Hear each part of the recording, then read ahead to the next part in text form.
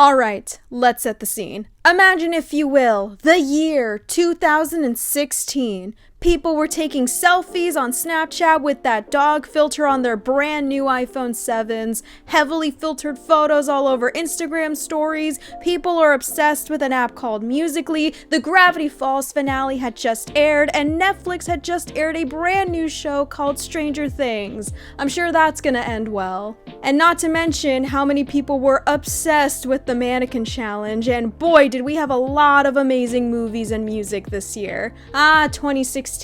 What an amazing year. Except it wasn't. So ever since the beginning of 2026, it has become a trend now for people to post their quote-unquote nostalgia for 2016 all over social media, to which just me saying the line nostalgia for 2016 is so baffling to me. What do you mean 2016 was 10 years ago? So why is it that this year we're feeling this nostalgia, feel-good moment towards 2016? Is it really as memorable as we claim it to be, or is it just the power of nostalgia taking effect on us? So I'm gonna be talking about a lot of the stuff that were notable in 2016 and really discuss once and for all, is it a great year, is it not, or is it a little bit in between? I will clarify this, however, I may not be the best person to discuss 2016 as a whole because I was a child during 2016. I was like 11 and 12 around that time, so let's go ahead and turn back time to the good old days and talk about 2016. Which brings us into the first discussion. 2016 had a great year in terms of music. I'm literally scrolling through Wikipedia's year-end list right now, and holy shit, do these songs just bring me back immediately. I mean, Rihanna was literally still making music, and she released an album that year. Unbeknownst to many, this would be the last time she would ever walk into that studio. I hear a rumor that she's finally back in the studio, this time to make a new album, and my god, I hope it's true, because I don't want the last time I am ever hearing from Rihanna in terms of music is that song from the fucking Smurfs movie. I'm also noticing this was such an absolute height for 21 Pilots. My god, did they have an amazing year. Stressed Out was literally dominating the charts for a while. It was everywhere. Not to mention their songs Ride and Heathens were also cool. Child Me will never forget blasting that song in her headphones, feeling like a badass.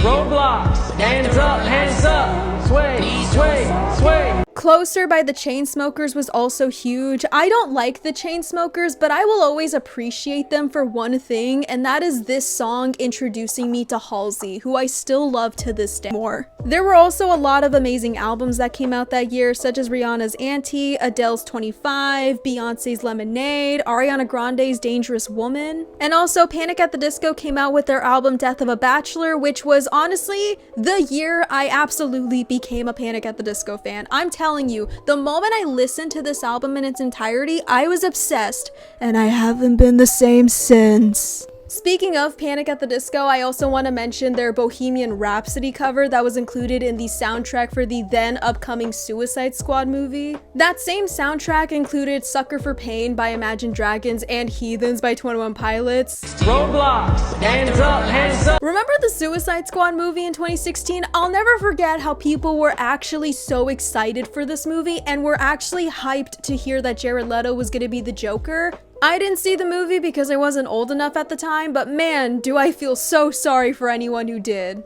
Also, the memes that came from 2016 was something. We had Kazoo Kid, Kermit, like Evil Kermit. I think that's probably the only thing people will remember Muppets Most Wanted for. Then we had Arthur's Fist. That one just weirdly made me laugh so much because it's just a still image of Arthur's fist clenching. Also, the SpongeBob memes. This was, I like to believe, the beginning of a lot of SpongeBob memes that were to come in the late 2010s. There was the like motion blur kind of thing with Mr. Krabs and Caveman SpongeBob. And who could forget Dat Boy? Remember Dat Boy, the very infamous 3D gif where he's just a frog on a unicycle and it's just a text-to-speech boy? Yo, look at Dat Boy. Shit, what up, man? And I'm gonna stop right there. Oh, but who on earth could forget this bad boy? We Are Number One from Lazy Town has gotta be one of my favorite memes to ever come from the internet ever. And this also proves that Lazy Town has always had bangers, and this was just one of them. He knew Pikachu, but everybody knows Pikachu. Oh yeah, that's Pikachu right there. Pokemon Go, the game that encouraged everyone to go outside and be on their phones because we want to catch the Pokemon. That's right, Pokemon Go came out that year and everyone was absolutely obsessed with it. I personally did not. I didn't really play it because I didn't really have a phone, like an actual like phone at the time, because I just didn't have one. I guess my parents didn't think I was ready for one at the time, but I had two brothers and they played it and they had fun. Yeah, 2016 was a year I had so much FOMO. But regardless, Pokemon Go without a doubt was such a phenomenon once it came out. Who knew that a mobile game would cause so much traffic jam, crowds of people just running solely so they can catch a Dragonite or Snorlax. I'll also never forget that Pokemon Go spawned probably one of my favorite videos ever, which is a video from Smosh where they did this news coverage thing of two people fighting over Pokemon Go, and they got Keith to play the guy who has never heard of Pokemon, and he's just listing them all horribly wrong. Weedle. Party wiener. Beedrill. Everybody know that's Big Dick B. Bees don't even have dicks, it's a stinger. Even though today Pokemon Go may not be at its height compared to how it was in 2016, without a doubt, it had its moment, and my god, was it a huge moment. Alright, that was fun. Now what the hell was going on with those clowns? Was this just something that we all just collectively decided to forget? Like, every time I see someone choose to reminisce of what a good year 2016 was, almost nobody mentions the 2016 clown sightings. Well, guess what? I didn't forget. I will never forget. This spawned my fear of clowns for 3 years, and I will never forget it. This was such a phenomenon, and it ended up causing such a worldwide panic. Schools were shutting down, Halloween stores had to remove clown costumes from their shelves, and arguably the worst thing ever to come out of this whole thing. It spawned a lot of cringy, absolutely staged videos regarding vloggers being chased by a killer clown, even though it's very obvious they hired an actor to do so, and they're so... like, the acting I've seen in some of these videos is so funny to me. Oh! Yo, what the f? Alright, after all this talk about 2016, there is one huge event that did happen that I haven't mentioned yet, but I feel so remiss if I just don't address this elephant in the room with talking about 2016, so let's finally talk about it.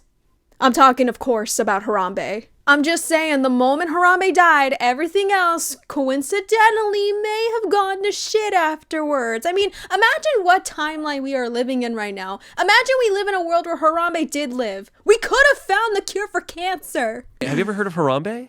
No. I'm just gonna say what everyone else is thinking. This easily and no doubt could have been avoided if the mom actually kept an eye on her own kid. I'm not a parent, I don't have any kids, but I gotta ask, like, how do you look away from your child long enough that they fell into a goddamn gorilla enclosure? Okay. Just like you and me, you know? You hear that, Jeffy? Harambe was absolutely everywhere, but in most certain cases, he sure was everywhere in meme culture. I know I talked about the memes earlier on in this video, but we could not go through 2016 without seeing at least one Harambe meme, such as either Harambe in heaven to the infamous dicks out for Harambe. Should I remove my pants? Should I knock the camera? Should I pull it out? Also, do you think that kid has like survivor's guilt or something? Like, that's some traumatizing shit to go through as a child. Like, is he okay? Oh yeah, and some orange guy became president or something, I don't know. Even though I was a child in 2016 and I couldn't vote at all in the election, there is no denying everyone was talking about Trump versus Hillary. Even if you were a kid in 2016, chances are you still remember the 2016 election, whether if it was through memes or fan-made video games online, or YouTubers playing fan-made video games regarding the election. Or you watch the Epic Rap Battles of History video like we do in every election year. Side note, I've been binge watching Epic Rap Battles of History quite recently, and oh my god did all the Trump ones age both wonderfully and also very horribly at the same time. You've been going bankrupt since the 90s. If it was any rock, you couldn't find me. Well, I guess he found it after all. God, I hate life right now. I'll also never forget how much the internet and the world went into a very dark place the moment Trump won. One memory that has stuck by me to this day was the day we were all coming back from school after the election. For me, this was in the 8th grade, and I'm not kidding, I'm not exaggerating. The moment I walked into class, everyone was freaking out. They were screaming, they were yelling, they were arguing with one another about what's going to happen in the future. This was arguably the first time in a lot of kids' lives where they were experiencing real dread. And speaking of dread, I also want to give a brief mention to the celebrity deaths that happened in 2016. Without a doubt, this was the big reason everyone was saying 2016 was a horrible year, and it was the amount of losses we had. I'm not kidding, 2016 literally started with the death of David Bowie. I'm not kidding, the moment that David Bowie died, that should have been a sign that things were going to get worse. David's dead. No, he's not. And then after David Bowie, we lost Prince, Alan Rickman, Muhammad Ali, Carrie Fisher, Debbie Reynolds, Anton Yelchin, George Michael, Gene Wilder, and that's just the tippy top of all the celebrities that died in 2016. Literally, go look up the list of celebrities that died that year. People were dropping like flies. It's insane. If I were to say out of everyone that died in 2016, which was the one that hit me the most, without a doubt, I'm gonna say Christina Grimmie. Growing up, I loved watching Christina's YouTube videos, whether if it was her covers, original music, or even skits. I loved her so much, and I still miss her to this day. I keep hearing that we're bringing things from 2016 back onto 2026 so it can be a repeat of 2016. If there's anything I hope that doesn't come back, it's the celebrity deaths, okay? We are not repeating the 2016 celebrity deaths, okay? I don't want that. I'm still not over Catherine O'Hara, okay? We're not bringing this back. Speaking of deaths, there was something else that died that year. Let me see. Oh yeah, Vine died. Okay, technically Vine actually died on January 17th, 2017, but it was announced in 2016 that Vine will be shutting down. And my god, was this kind of a huge story online. Again, I was way too young. I didn't really have much of like an actual phone to download social media or anything. And honestly, I think that was a blessing in disguise for so many reasons. But I remembered hearing so much about Vine. The only time I would ever watch some Vines is if I'm watching a YouTube compilation of like the funniest Vines to come out of February or something like that. And I won't lie, there were definitely a lot of iconic Vines I still remember seeing to this day. I remember dabbing Squidward, that did happen in 2016. I remember my name's Jared, I'm 19 and I never learned how to read, two bros chilling in a hot tub, and the Bagel Boys Vine with Brendan Urie. I can't escape this man today, can I? Throughout those years, Vine basically did create a lot of notable, iconic videos that we still quote to this day. So when it was announced on October of 2016 that Twitter will be shutting down the app, it was a huge deal. Obviously, the outcome ended up being that a lot of the very notable ex-Viners were moving on to YouTube, and it was definitely for better or for worse. Probably for the worse, but definitely for the better as well. Because on one hand, we did end up getting amazing content creators like Drew Gooden and Danny Gonzalez, but also, we did get the Paul brothers.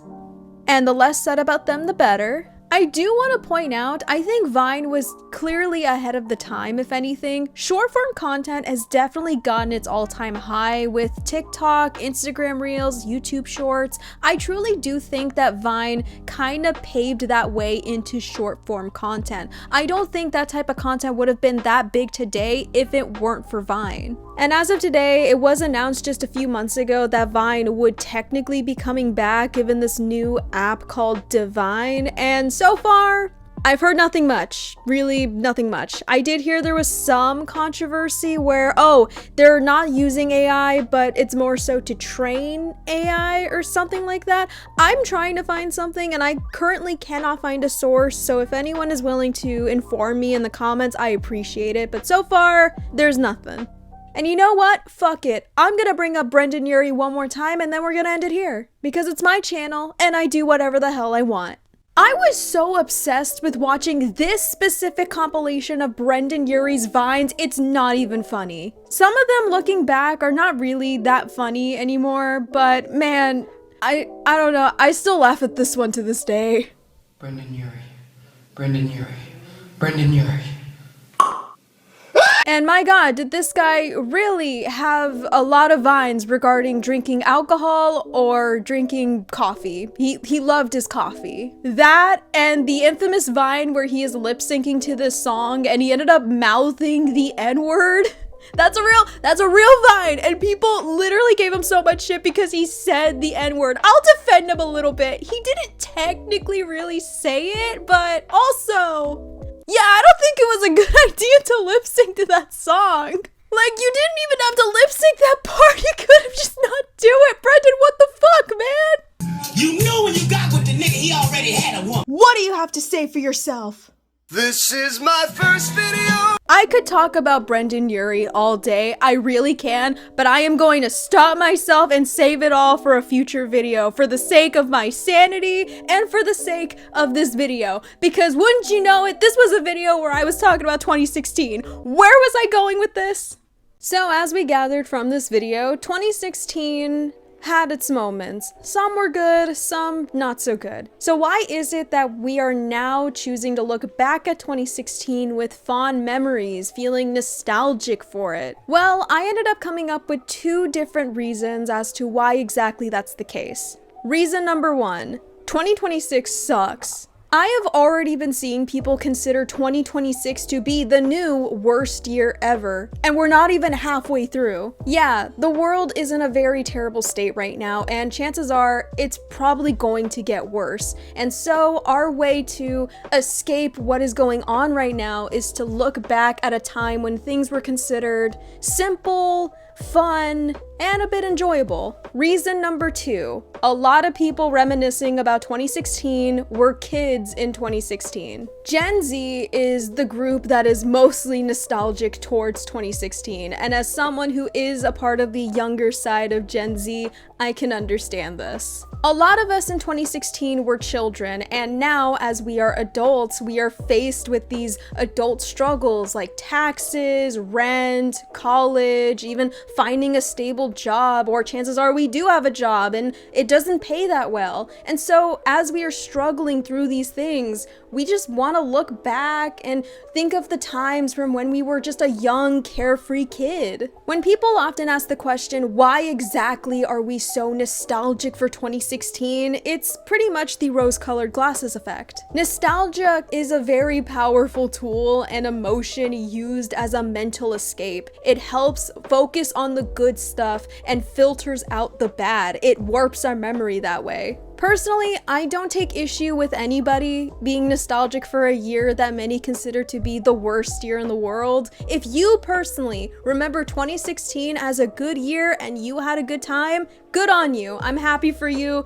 and if anything, I'm actually kind of jealous of you. If you're wondering what 2016 was like for an 11-year-old BB, let me just briefly say it. It was a mixed bag. On one hand, it was good because I was introduced to one of my favorite artists of all time, got super into Marvel after watching Captain America Civil War, enjoyed playing some awesome video games. It was pretty fun, but at the same time, 2016 was also the year that my favorite YouTuber of all time died, and I still to this day have not emotionally recovered from it. I'd say the best thing that did come out of 2016, however, for me, was that I did get a dog in 2016, and I still have him to this day. Here's a picture of him. His name is Oso, and I love him so much. Just want to bring that up because I wanted to end this video on a bit of a good note. I don't have anything else to say for this outro, so, This is my first video on Instagram. I'm not wearing a shirt, it's a shirtless jam.